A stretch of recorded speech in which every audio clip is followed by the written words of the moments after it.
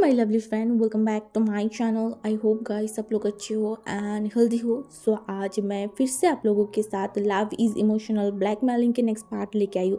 तो अगर आपको मेरी ये स्टोरी पसंद आ रहा है तो प्लीज़ आप लोग मेरे चैनल को सब्सक्राइब कर देना, मेरी वीडियो पर लाइक करना एंड कमेंट करना। और एक बात, आज का पार्ट जो है वो लास्ट पार्ट बनेगा ये स्टोरी की। तो मैंने फर्स्ट टाइम कुछ फोर्स या फिर बोलो टॉक्सिक स्टोरी बनाने की कोशिश किया था। आई डोंट नो उतना परफेक्ट बना है या नहीं। तो प्लीज़ आप लोग मुझे कमेंट करके बताना कि ये जो पूरा स्टोरी था ये कैसा बना था, आपको अच्छा लगा या नहीं। प्लीज़ कमेंट करके मुझे बताना, इससे मुझे भी समझ में आएगा कि मुझे नेक्स्ट टाइम अगर कोई स्टोरी शेयर करूँ तो कैसे करना चाहिए। ओके, सो प्लीज़ कमेंट करना, लाइक करना, सब्सक्राब करना। ओके, तो चलो अब वीडियो स्टार्ट करते हैं। पिछले पार्ट पे हमने देखा था जो जिंग था ना, जिनके साथ हमारी लान वांगजी की युद्ध शुरू हो गया था। एंड लान वांगजी उस युद्ध में एक बात बोला था, जो भी जिन गोनशाओ को मार के उनकी सर काट के वांगजी के पास लेके आएगा ना, वांगजी उसे एक अच्छा खासा इनाम देगा। एंड ये सुनने के बाद जो जिन गोनशाओ था ना, उसे कहीं ना कहीं लग गया था कि हाँ, वांगजी को शायद सब कुछ पता चल गया है, इसीलिए ये जो है हाँ उसके ऊपर हमला करने आया है। बट वो भी कहीं ना कहीं प्रिपेयर था, क्योंकि वो भी तो वही प्लान कर रहा था ना कि वो बहुत जल्दी लान वांगजी के क्लैन के ऊपर हमला करे एंड वो खुद राजा बने। इसीलिए वो भी अपनी सेनाओं को रेडी कर रहा था। एंड जब वांगजी अचानक ही उसके ऊपर हमला कर दिया था तो हाँ वो शॉक था, बट वो भी कहीं ना कहीं प्रिपेयर था। एंड अब भी जो है उस जगह पे युद्ध शुरू हो गया था। वांगजी की जो सेनाएं थे ना, वो इतना ज़्यादा एग्रेसिवली उनके ऊपर हमला कर रहा था ना कि एक टाइम जिन गोंगशाओ जो है वो भी शॉक्ड हो गया था कि ये क्या हो रहा है, कि उसकी जो टीम है वो नहीं कर पा रहा है, क्योंकि वांगजी बहुत सारी सेनाएं थी उसकी, बहुत सारी, क्योंकि वांगजी जो कि बहुत प्लान कर रहा हुआ था। एंड धीरे धीरे जब भी युद्ध और भी ज़्यादा आगे बढ़ रहा था ना, वांगजी की टीम और भी ज़्यादा जो है वो एग्रेसिव बनते जा रहा था। एंड जब जिन गोंगशाओ ने देखा कि वो नहीं कर पा रहा है तो वो वहाँ से भागने की कोशिश किया कि वो वहाँ से भाग जाएगा। एंड ये देखने के बाद वांगजी फिर से अनाउंस किया एंड बोला, ये जिन गोनशाओ यहाँ से कहीं पे भी ना जा पाए, ये बंदोबस्त करो। एंड ऐसा ही हुआ, जब जिन गोंगाओ उस जगह से भागने की कोशिश कर रहा था ना, तब उसने देखा कि उस जगह की हर एक कोने कोने पे वांगजी के लोग थे। तो जिन गोंगशाओ अभी और भी ज़्यादा शॉक्ड हो गई थी कि ये कब हुआ, जब वो यहाँ पे आया था तब ऐसा कुछ भी नहीं था, बट वो अभी हर एक साइड से बंदी बन गया है। एंड इसी वजह से जिन गोंगशाओ के पास और कोई रास्ता नहीं था, इसलिए वो अपनी तलवार को बाहर किया एंड वो लिटरली उस वांगजी के मारने के लिए वो तलवार को बाहर किया था। एंड वो फाइट कर रहा था एंड वो वांगजी के पास भी आ रहा था। एंड ये चीज़ जब लान वांगजी ने देखा ना, वो कुछ भी रिएक्ट नहीं किया, वो वहीं पे ही बैठा रहा। एंड जिन गोंगशाओ जो एक एक सेनाओं को मार के मतलब वांगजी के पास आ रहा था, एंड वांगजी जो बस जिन गोंगशाओ की वो हरकतें देख रहा था, वो चाहता है जिन गोंगशाओ उसके पास आए, उसके एकदम करीब आए एंड वो हर एक चीज़ के लिए उसे सज़ा दे, हर एक चीज़ के लिए। इस शख्स की वजह से उसने उसकी प्यार को इतना तकलीफ़ दिया, इस शख्स की वजह से उसका प्यार उसे नफ़रत करता है। वांगजी ऐसे उसको नहीं छोड़ेगा, वो उसे इतनी ज़्यादा सज़ा देगा ना जो कोई भी कभी अपने सपनों में नहीं सोचा था। वो इसीलिए वांगजी जो देख रहा था एंड जिन गोंगशाओ जो मारते मारते वांगजी के एकदम करीब आ गया, उसका टारगेट सिर्फ लान वांगजी था। इसीलिए आसपास जो और भी लोग थे, जैसे कि हमारी शिचेनगा, जियांग चेन, उसकी तरफ उसकी नज़र ही नहीं था।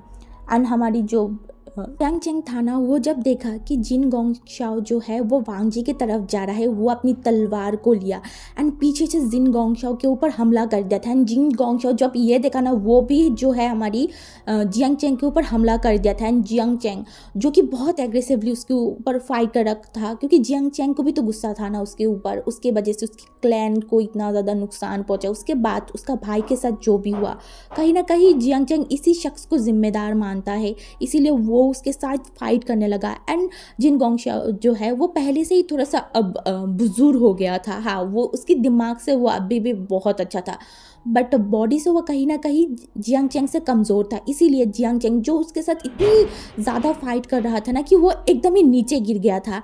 एंड हमारी जियांग चेंग जो एक बार लान वांगजी की तरफ देखा एंड लान वांगजी जो कि जियांग चैंग की तरफ देख के एक स्माइल किया एंड जियांग चैंग जब ये देखा ना वो अपनी सर को हिलाया एंड उसके बाद जिन गोंगशाओ के सीने पे पहले उसकी तलवार को एकदम ही मार दिया एंड जिन गोंगशाओ के मुंह से उसी टाइम ब्लड निकल आया था एंड हमारी जो जियांग चैंग था ना फिर से उसकी उस तलवार को बाहर निकाला एंड फिर से और एक बार उसकी जो चेस्ट था ना वहाँ पे वो तलवार को घुसा दिया था एंड जिन गोंगशाओ जो कि मतलब अपनी आंखों को एकदम कस के बंद कर लिया था क्योंकि उसे दर्द हो रहा था बहुत ज़्यादा एंड हमारी जियांग चैंग वो देखा एंड बोला ये सब कुछ ये जो तेरे साथ हो रहा है ना तू इससे भी गलत चीज़ें डिज़र्व करता है, इससे भी हटके इससे भी बुरा तो डिज़र्व करता है।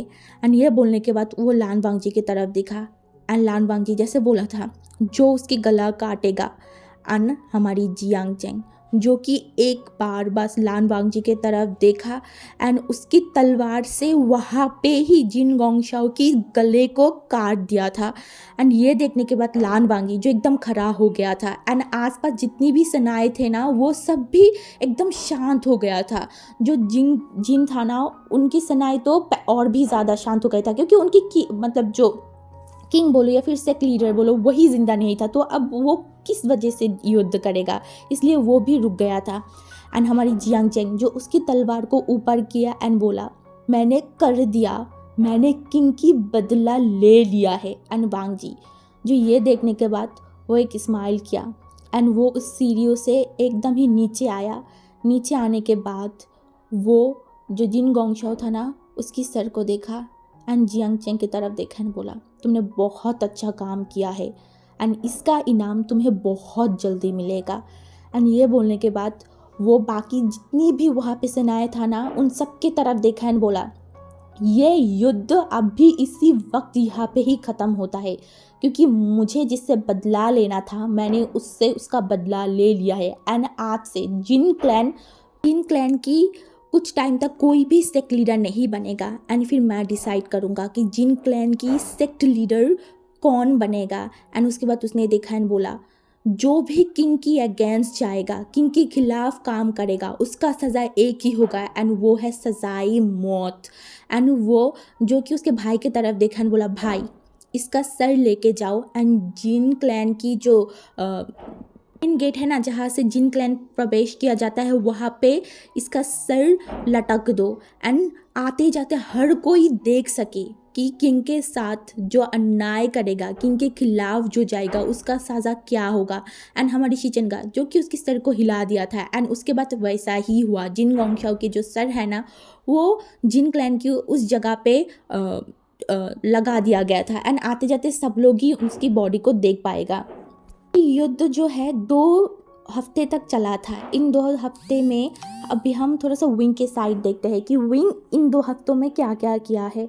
विंग जो है वो नी क्लैन में था एंड वो जो अच्छे से ही रह रहा था। उसके दिमाग में भी ये था कि कुछ भी हो जाए वो अपने आप को सही रखेगा, उसे अपने बच्चे के लिए जीना है, अपने बच्चे को एक बहुत अच्छा लाइफ देना है, इसीलिए बस वो जिएगा। एंड ये सोच के वो अभी बहुत अच्छे से रह रहा था, वो खाना खा रहा था, सब कुछ कर रहा था एंड उसे कहीं ना कहीं हर एक न्यूज़ आ रहा था कि आज का क्या हुआ, कल क्या हुआ, कैसे क्या युद्ध कैसे हो रहा है। एंड उसे ये भी पता चला था कि बहुत जल्दी युद्ध ख़त्म हो जाएगा और ये युद्ध लैन क्लैन ही जीतेगा, मतलब किंग ही जीतेगा। एंड ये जब सब कुछ विंग सुन रहा था बट विंग कुछ भी रिएक्ट नहीं करता था। वो अपनी माँ से भी बात नहीं करता था, वो सिर्फ उसके सीजे से बात करता था एंड उसके सीजे जो कि विंग को सपोर्ट करता था, विंग को बोला था तुम जो भी डिसीजन लोगे मैं तुम्हारे साथ रहूँगा, तुम जो भी करना चाहो तुम कर सकते हो, तुम अगर लान वांगजी के साथ नहीं रहना चाहते तो तुम मत रहो, अगर तुम उसके साथ रहना चाहते हो तब भी तुम उसके साथ रह सकते हो विंग, ये सब कुछ तुम्हारे ऊपर है। एंड विंग जो कि उसकी सीजे की तरफ देखा एंड उसके सर को हिला दिया था। विंग जो पहले ही डिसाइड कर लिया था उसे क्या करना है, बस अब उसके डिसीजन को सबको सुनाना बाकी है। ऐसे ही और 2 दिन बीत गया था एंड अभी युद्ध से बहुत लोग वापस आ रहा था एंड आज जो जियांग चैंग है ना वो वापस आया था एंड विंग जो कि वहाँ पे बैठा हुआ था। एंड जियांग चैंग वापस आने के बाद वो विंग से भी मिला एंड विंग को पूछा कैसे है, क्या कर रहा है, वो उसका हेल्थ ठीक है कि नहीं। एंड विंग जो सब कुछ अच्छे से बताया एंड फिर जियांग चैंग जो कि उसकी माँ एंड सबकी तरफ देखा एंड बोला वो किंग ने हमें बोला है कि हमें हमारी क्लैन लौट जाना चाहिए। एंड मैडम यू जो देखा एंड बोला हाँ ठीक है, कब जाना है? तो हमारी जो जियांग चैंग है उसने बोला हम आज या फिर कल निकल जाते हैं, सब तो वैसे ही है। तो मैडम यू ने बोला ठीक है चलो कल निकल जाएंगे सुबह सुबह। एंड जो हमारी जियांग चैंग था ना वो विंग की तरफ देखा एंड बोला विंग रेडी हो जाओ, हमें कल निकलना है, तुम्हारी जितनी भी सामान है माँ सब रेडी कर देगा। एंड विंग जो एक भी क्वेश्चन नहीं किया था वो कहाँ जाएगा, लैन क्लैन या जियांग क्लैन, बस उसे बोला गया तैयार होने के लिए, विंग तैयार होने के लिए रेडी था। उसके बाद वैसा ही हुआ, कल मतलब नेक्स्ट डे आ गया था एंड विंग जो कि मतलब अलग सा एक जगह पे बैठ गया था, उसकी फैमिली जो अलग एक वैन में बैठा था एंड विंग जो अलग ही एक वैन में बैठा था। एंड विंग जो उसकी फैमिली की तरफ देखा एंड बोला मैं अलग क्यों बैठ रही हूँ। एंड जो जियांग चैंग था ना वो विंग की तरफ देखा एंड बोला क्यों तुम्हारी क्लैन जा रहे हो। विंग जो उसके भाई की तरफ देखा एंड बोला हाँ तो मैं उस वैन में भी तो बैठ सकती हूँ ना। एंड जियांग चैंग जो उसकी तरफ देखा एंड बोला विंग मैंने बोला तुम्हारी क्लैन जा सकते हो, क्या तुम भूल गए हो तुम कौन हो। विंग जो उसके भाई की तरफ देखा एंड वो मतलब उसे बहुत ज़्यादा ही बुरा लग रहा था, वो नहीं जाना चाहता है लैन क्लैन। एंड वो देखा एंड बोला ठीक है।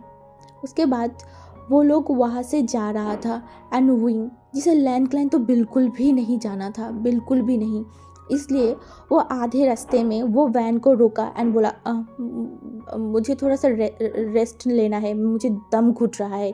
तो वहाँ पे जितनी भी सेनाएं एंड जितनी भी लोग था ना वो सब कुछ विंग की बातों को सुना, क्योंकि पहले से ही वो लोग जानते हैं कि विंग की तबीयत बहुत ज़्यादा ख़राब है। एंड वो लोगों ने देखा एंड बोला ओके ठीक है क्वीन, आप उतरना चाहते हैं। क्वीन ने बोला मैं उतरना चाहती हूँ। एंड उसके बाद वो वहाँ से उतर गया एंड उतरने के बाद वो जो है उन सेनाओं की तरफ देखा एंड बोला आप लोग यहाँ पे रहो, मैं उस साइड से थोड़ा सा हवा लेके आती हूँ। एंड वो लोग विंग को कुछ बोलने ही जाता, विंग ने बोला मैंने बोला है आप लोग यहाँ पे रुकिए, मैं वहाँ से आ रही हूँ, क्या आपको सुनाई नहीं दे रहा है मेरी बातों को। एंड ये बोलने के बाद वो लोग एकदम अपनी सर को नीचे कर लिया था, क्योंकि वो क्वीन है एंड क्वीन की बात वो लोग मानने के अलावा तो उनके पास और कोई ऑप्शन भी नहीं है। तो उसके बाद वो लोग वहाँ पे ही रुक गया था एंड विंग जो कि धीरे धीरे जा रहा था, उसे चलने में भी बहुत ज़्यादा प्रॉब्लम हो रहा था, बट उसके दिमाग में एक ही चीज़ चल रहा था, उसे लैन क्लैन दोबारा नहीं जाना है, बिल्कुल भी नहीं, वो लैन क्लैन नहीं जाएगा। ये सोच के वो वहाँ से भाग रहा था एंड वो उसे पता नहीं वो किस क्लैन में जाएगा, कहाँ जाएगा, बस उसके दिमाग में था ना वो जियांग क्लैन जाएगा ना वो लैन क्लैन जाएगा। उसकी आंखें उसे जहाँ पे भी लेके जाए वो वहाँ पे जाने के लिए तैयार है, बट वो लैन क्लैन एंड जियांग क्लैन नहीं जाएगा। ये सोच के वो काफ़ी टाइम तक चला एंड वो चलते चलते एक बाज़ार में आ गया था, जो कि थोड़ा बहुत छोटा एक बाज़ार था, बट विंग जो उस बाज़ार के सामने गया एंड बोला ये जगह कौन सी है। तो ये वो इंसान ने बोला वो ये लैन क्लैन की एकदम बाहर वाली जगह है, बट ये थोड़ा सा जो मू क्लैन है ना उसके अंडर पड़ा है। एंड विंग जो देखा न बोला ये मू क्लैन के अंडर पड़ा है, तो मैं मू क्लैन कैसे जाऊँ, आप मुझे बता सकते हो। तो वो इंसान जो विंग को ऊपर से नीचे तक देखा एंड वो कुछ समझ नहीं पा रहा था, क्योंकि विंग को देख के लग रहा था कि वो बहुत ज़्यादा टायर्ड है एंड उसकी तबीयत भी ठीक नहीं है। तो वो इंसान ने देखा बोला वो आप आगे से लिफ्ट लीजिए, तो वहाँ से ही आपको रास्ता मिल जाएगा मू क्लैन जाने की। तो विंग ने अपनी सर को हिलाया एंड बोला धन्यवाद आपको। एंड ये बोलने के बाद वो चलने लगा एंड वो जा रहा था एंड ऐसे ही बहुत टाइम हो गया था, लगभग बहुत टाइम, एंड वो लोग जो कि वहाँ पे ही था एंड विंग जो वापस नहीं आ रहा था, तो सब लोग थोड़ा टेंस हो गए कि वो वापस क्यों नहीं आ रहा है, वापस क्यों नहीं आ रहा है। तो जो एक सेना था ना उसने बोला हमें जाके चेक करना चाहिए वो कहाँ पे है। एंड तब जो दूसरा सेनाई था ना उसने बोला पर कोई ने तो मना किया है ना। तो फिर वो जो सेनाई था ना उसने देखा बोला, वो गार्ड ने बोला कि अभी अगर क्वीन को हम नहीं ढूंढेंगे और ना अगर उनको कुछ हो गया तो किंग हमें मार डालेंगे, उससे अच्छा है कि हम उन्हें ढूंढ लें। एंड काफ़ी टाइम हो गया है, 3 घंटे से हम यहाँ पे हैं, वो लौट के नहीं आया, तो हम देखे। ये बोल के वो लोग जो है वो उसी दिशा में विंग को ढूंढने लगा। वो जंगल में ढूंढ रहा था, आसपास ढूंढ रहा था, बट कहीं पे भी उसे उन लोगों को विंग नहीं मिला था। एंड सब लोग डर गए थे कि ये कहाँ चला गया है। और अगर किंग को पता चला कि विंग गायब हो गया है, उनकी क्वीन गायब हो गया है, वो नहीं मिला है, तो सबका गर्दन चला जाएगा। ये सोच के वो बहुत ज़्यादा डर गए थे। एंड अभी जो है वो रात भी होने वाला था। एंड सब लोग डर के मारे जो है ना, वो जो लैंड क्लैन पहुंच गया था, वो लोग कुछ लोग वहाँ पे थे एंड कुछ लोग जो है वो लैंड क्लैन पहुँच गए थे। एंड लैंड क्लैन जाने के बाद वो ये न्यूज़ बताया कि विंग कहीं से भी नहीं मिल रहा है, वो बस आधे रास्ते में उतारा था। एंड बोला कि उनको जो है वो थोड़ा सा फ्रेश हवा लेना है। एंड इसके बाद वो नहीं मिल रहा है। ये चीज़ जब लान वांगजी ने सुना ना, वो लिटरली बहुत डर गया था, बहुत ज़्यादा। उसके दिमाग में एक ही चीज़ आया, क्या विंग ने अपने आप को कुछ कर दिया है? हाँ। एंड वो इतना ज़्यादा डर गया ना, वो तब भी जो एक घोड़े को लिया एंड वो उसी जगह के लिए चला जा रहा था। एंड वो कुछ टाइम बाद वहाँ पे पहुँच गया। एंड वहाँ पहुँचने के बाद वो वहाँ की जो गार्ड था ना, उन्हें देखा एंड बोला, कहाँ गया था वो, मुझे बताओ। एंड वो बोला सामने की तरफ गया था, उसके बाद नहीं मिला। एंड वांगजी जो उस दिन वो पूरा रात विंग को उस जंगल में ही ढूंढा, हर एक जगह पे, कहीं पे भी विंग नहीं था। एंड वांगजी जो मन में होप कर रहा था कि विंग कुछ भी गलत मत करे, कुछ भी गलत मत करे, बस वो किसी तरीके से ज़िंदा रहे। वो चाहे वांगजी से नाराज़ रहे, बट वो अपने आप को कोई भी चोट मत पहुंचाए, वो यही बस होप कर रहा था। एंड वो रात भी बीत गया था। नेक्स्ट डे सुबह जो वांगजी बहुत परेशान था एंड लैंड क्लैन से बहुत सारी गार्ड को वहाँ पे भेज दिया गया था ढूंढने के लिए। एंड ये चीज़ जो है वो जियांग क्लैन के पास भी चला गया था कि विंग ने जो है वो आधे रास्ते में उतर गया था एंड उसके बाद वो गायब है। एंड वांगजी ऐसे ही ढूंढते ढूंढते जो एकदम लैंड क्लैन के आखिर में जो जगह था ना, जो बाज़ार था, वहाँ पे पहुँच गया था। एंड वहाँ पे पहुँचने के बाद सब लोग शॉक थे कि किंग, क्योंकि सब लोग जो है लान वांगजी को जानता है, बट विंग को बहुत कम लोग ही जानता था, क्योंकि विंग उतने तरीके से तो विंग का जो है अनाउंसमेंट भी नहीं हुआ था। एंड जो भी हुआ था वो बस क्लैन के बीच, जो भी क्लैन लीडर था वहीं पर ही हुआ था, तो साधारण लोग तो विंग को नहीं पहचानता, बट लान वांगजी को तो जानता है। तो वहाँ पे जितने भी लोग थे ना, सब लान वांगजी को देख के वो किया था। एंड लान वांगजी जो वहाँ पे उतरा एंड बोला, क्या आप में से किसी ने भी एक ओमेगा को देखा है? एंड वो बोलने लगा, जो ओमेगा था वो जो है वो ब्लैक कलर की एक हानफू पहना हुआ था। एंड वो थोड़ा सा ऐसे दिखता है, वो विंग की सब चीज़ बताया। तब वहाँ पे कोई भी बोल रहा था नहीं सुना, नहीं देखा, नहीं देखा, सब लोग बोल रहे थे कि नहीं देखा। एंड वांगजी जो कि एकदम नाराज़ हो गया था कि इतना ज़्यादा ढूंढने के बाद भी वो विंग को ढूंढ नहीं पा रहा है एंड यहाँ पे भी कोई विंग को नहीं देखा। एंड तब भी जो पीछे से एक हाथ को ऊपर किया एंड बोला, किंग मैंने देखा था। एंड ये बोलने के बाद वांगजी जो कि मतलब एकदम ही पीछे देखा एंड वो बस उस इंसान के हाथों को ही देख पा रहा था, फेस को नहीं। तब वांगजी ने बोला, आगे से सब लोग हट जाओ, मुझे उससे बात करना है। एंड सब लोग आगे से हट गया था। एंड वांगजी जो कि उस लोग की तरफ देखा, उस इंसान की तरफ देखा एंड वो इंसान जो वांगजी को देखा एंड वो क्या बोला, किंग किंग मैंने उन्हें देखा था, पर मुझे नहीं पता था कि वो जो है वो क्वीन है। एंड वांगजी जो उनकी तरफ देखा एंड बोला, तुमने उससे कहाँ देखा था? हाँ। तो वो याद किया एंड बोला, वो बहुत ज़्यादा ही जो है ओमेगा बहुत ज़्यादा कमज़ोर दिख रहा था। एंड उन्होंने मुझे मू क्लैन के बारे में पूछा एंड मैंने उन्हें मू क्लैन की जो रास्ता है ना वो दिखा दिया था। एंड वांगजी जो उसकी तरफ देखा एंड बोला, धन्यवाद मुझे बताने के लिए एंड मैं तुम्हें इनाम दूंगा इसके बदले में। ये बोलने के बाद वांगी जो है वो मू क्लैन के लिए निकल गया था। एंड मू क्लैन में वो हर एक चप्पा चप्पा जो है ना वो विंग को ढूंढने लगा था, हर एक जगह पे। एंड मू क्लैन की जो किंग था ना, मतलब जो सेक लीडर था ना, उसे भी बताया गया था कि जो क्वीन है वो मू क्लैन है, तो वो लोग भी अपनी सेनाओं के साथ ढूंढ रहा था।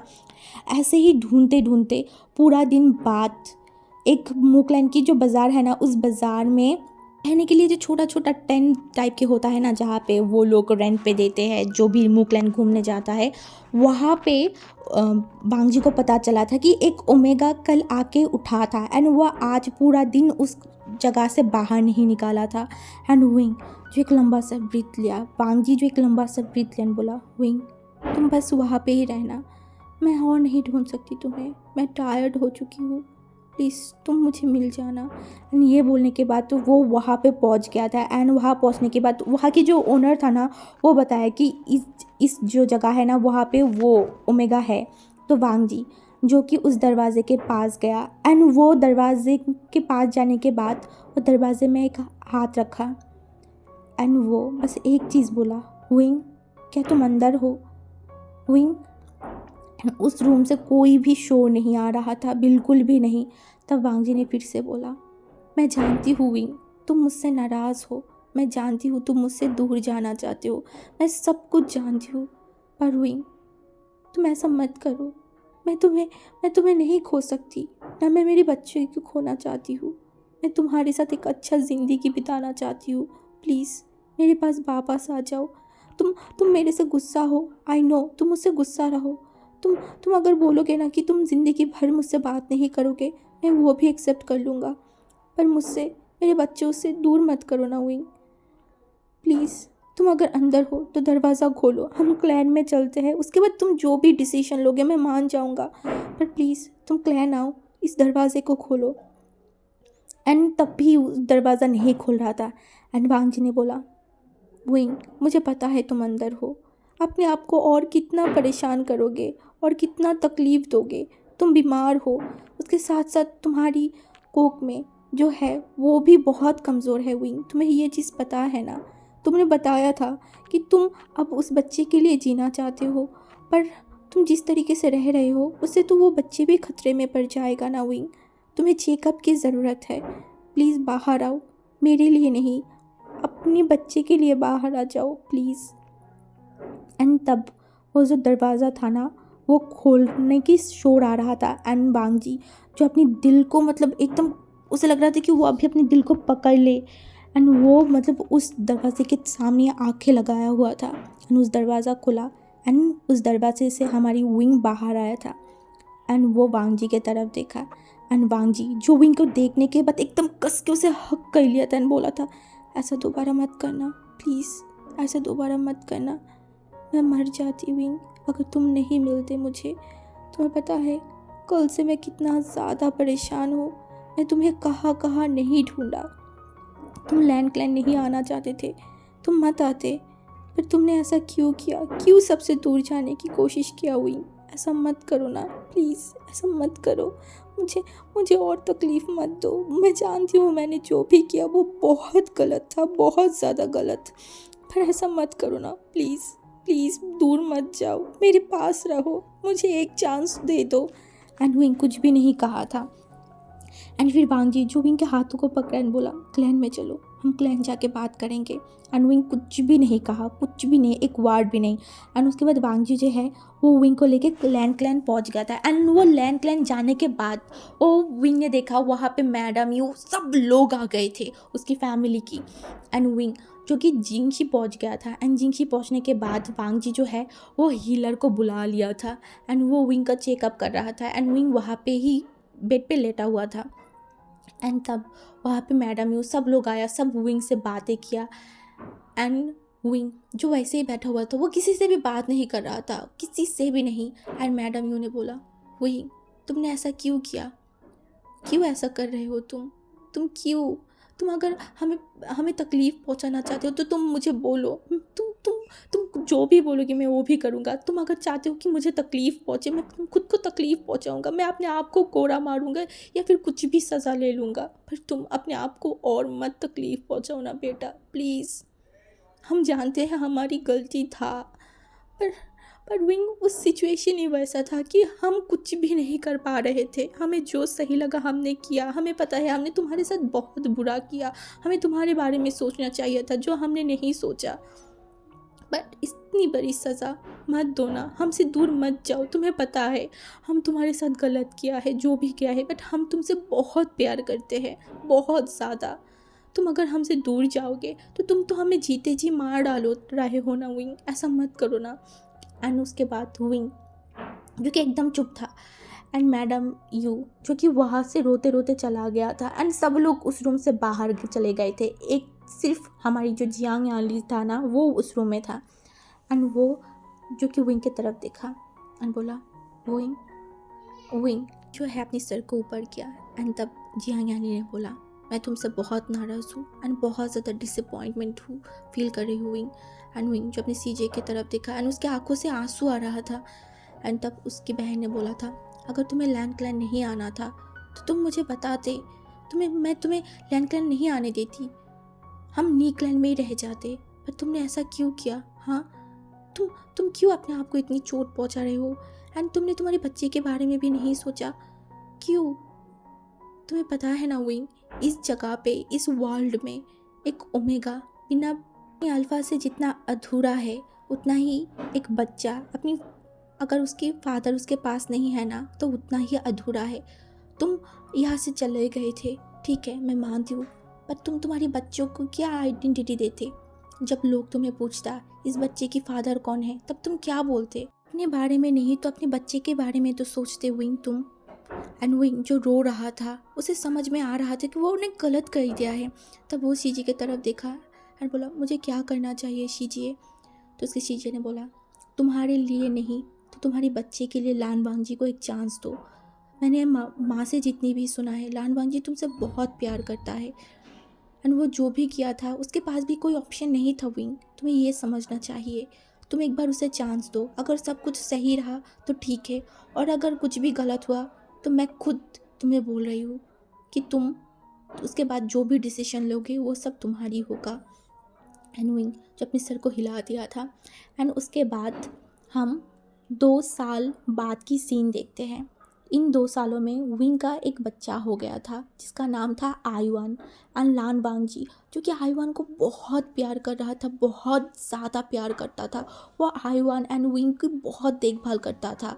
विंग जो कि अभी भी लान वांगजी से बात नहीं करता था, वो लोग एक साथ सोते भी नहीं थे, बट फिर भी लान वांगजी कभी भी विंग के करीब आने की कोशिश नहीं किया था, कभी भी नहीं। बट वो दूर से ही विंग का हर एक ध्यान रखता था, हर एक टेक केयर करता था, उनकी क्या ज़रूरत है सब कुछ लान वांगजी देखता था।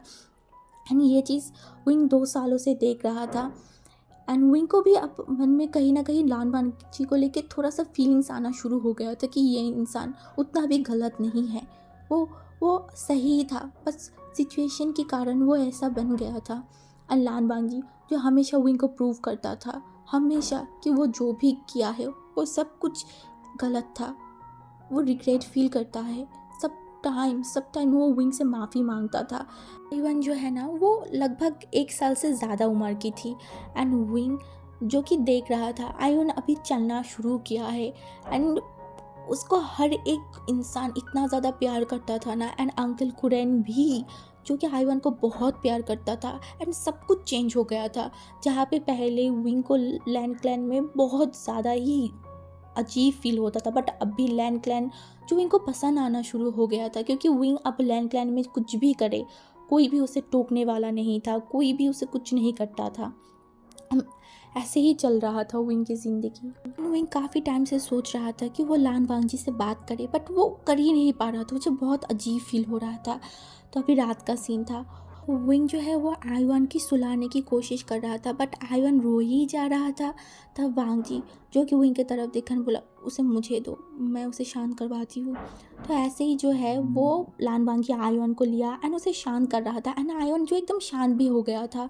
एंड कुछ टाइम बाद आईवान जो है वो वांगजी के गोदी में ही सो गया था। एंड वांगजी जो आईवान को बेड पे लेटाने की कोशिश किया, तो आईवान जो है वो उसकी जो हानफू था ना उसे एकदम कस के पकड़ लिया था, वो उसे छोड़ ही नहीं रहा था। एंड विंग जब देखा कि वांगजी उसे वहाँ पे सुला के जाने की कोशिश कर रहा है, बट आईवान उसे जाने नहीं दे रहा है, तब विंग जो वांगजी की तरफ देखा एंड बोला, वो तुम्हें नहीं छोड़ेगा। एंड वांगजी जो इनकी तरफ देखा एंड बोला, पर विंग मुझे जाना होगा ना दूसरे कमरे में। एंड विंग ने उसकी तरफ देखा एंड बोला, कोई ज़रूरत नहीं है, आज यहाँ पे ही सो जाओ। एंड वांगजी जो एकदम शॉक्ड हो गया था, वो विंग की तरफ देखा बोला, पर विंग तुम्हें तो ये पसंद नहीं। एंड विंग ने बोला पर आयुन को तो तुम पसंद हो ना, एंड आयुन को जो पसंद है मुझे भी वही पसंद है। एंड वांग जी जो विंग की तरफ देखा एंड बोला सच में ना, मैं यहाँ पे सो जाऊँ? एंड विंग ने बोला यहाँ पे सो सकते हो। एंड वांग जी जिसके आंखों में एक अलग ही खुशी था, बहुत खुशी, बहुत बहुत ज़्यादा। एंड विंग ये देखा एंड बोला मुझे लगता है कि तुम्हें बहुत पनिशमेंट मिल गया है एंड इतना काफ़ी है, तुम्हें और पनिशमेंट करने की कोई ज़रूरत नहीं है। एंड विंग वांग जी जो विंग की तरफ देखा बोला क्या मतलब है? एंड विंग जो वांग जी की तरफ देखा एंड बोला वही जो तुमने सोचा है, मैंने तुम्हें माफ़ कर दिया है। एंड वांग जी जो कि मतलब एकदम फ्रीज हो गया था, वो विंग की तरफ देखा एंड बोला हाँ हाँ क्या? एंड विंग ने बोला मैंने तुम्हें माफ़ कर दिया है, तुम्हें बहुत पनिशमेंट मिल गया है, इतना काफ़ी है।